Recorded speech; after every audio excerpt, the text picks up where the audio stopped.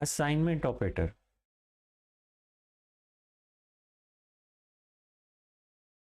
Assignment operator, इनको हम बोलते हैं कंपाउंड ऑपरेटर भी बोलते हैं, कंपाउंड ऑपरेटर बोलते हैं, या फिर इन्हें बोलो अरिथमेटिक असाइनमेंट ऑपरेटर,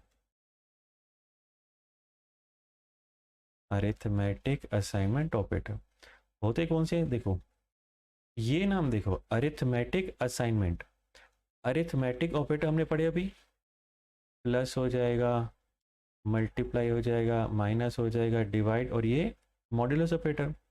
पर अभी हमने देखा असाइनमेंट ऑपरेटर कौन सा होता है, इक्वल का साइन, तो यानी कि अरिथमेटिक असाइनमेंट दोनों एक साथ, ये देखो plus equal, multiply equal, minus equal, divide equal और मॉड इक्वल हो जाएगा। अब ये काम कैसे करेगा वो देखते हैं। सपोज हम दो वेरिएबल ले लेते हैं, int a equal to 5, b equal to 2। अब लिखें कैसे, ए प्लस इक्वल बी।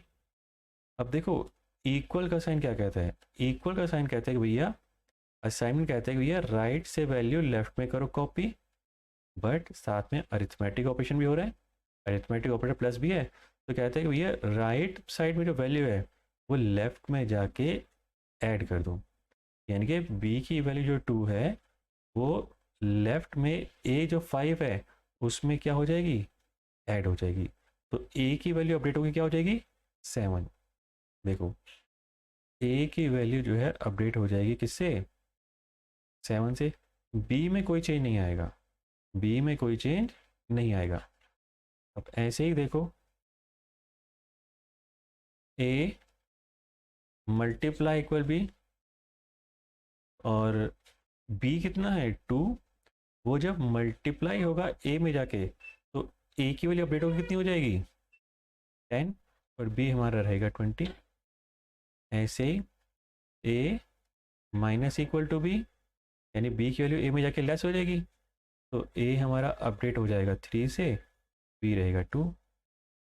ऐसे ही ए डिवाइड इक्वल बी।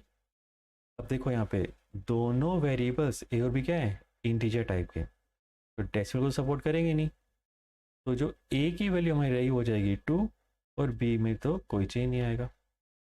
ठीक इसी तरीके से मॉड्यूलस ऑपरेटर, यानी कि रिमाइंडर फाइंड करेगा, तो 5 जब 2 डिवाइड होगा 2 से, 5 को जब मॉड करेंगे 2 से, तो रिमाइंडर क्या आएगा 1, तो ए की वैल्यू अपडेट हो जाएगी 1 से, और बी में तो कोई चेंज नहीं आएगा। ठीक है ना।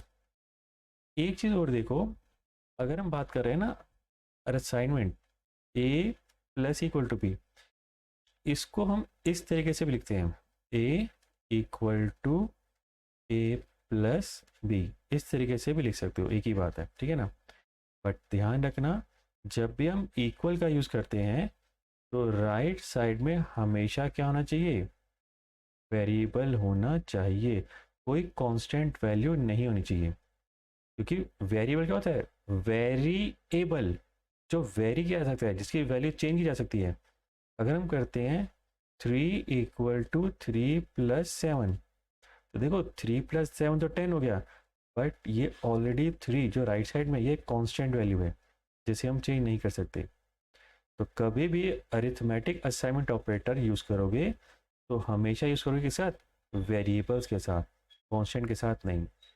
हाँ, राइट साइड में जो वेरिएबल है उसकी जगह कांस्टेंट वैल्यू ले सकते हो, जैसे ए प्लस इक्वल टू 3, यानी ए की वैल्यू कितनी है 5, जिसमें 3 आके ऐड हो जाएगा तो ए हो जाएगा 8, ये 100% वैलिड है।